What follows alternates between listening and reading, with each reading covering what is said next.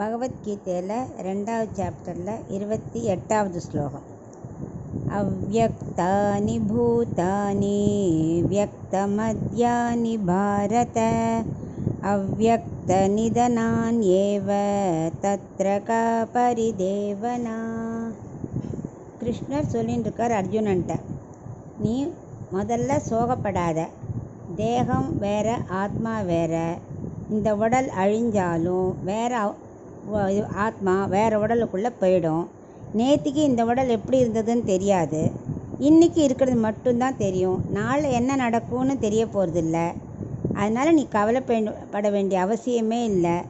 ஏன்னா எதுவுமே புதுசாக உருவாகாது. ஒன்றுலேருந்து தான் ஒன்று உருவாகும். ஒன்று அழிஞ்சால் அடுத்தது உருவாகும். அதான் மண் குடம்லாம் பார்த்துட்டோம். நம்ம குடம்லேருந்து உடஞ்சா மண் ஆறுது, மண்ணுலேருந்து குடம் ஆறுதுன்னு. அதனால் நீ எதுக்கும் கவலைப்படாத. நீ க்ஷத்ரியன், அதனால் உனக்கு யுத்தம் செய்கிறது தான் தர்மம். அதை விட்டால் உனக்கு பாவம்தான் வந்து சேரும். அதனால் சோகப்படாமல் நீ இரு அப்படின்னு அட்வைஸ் பண்ணிகிட்டே இருக்க.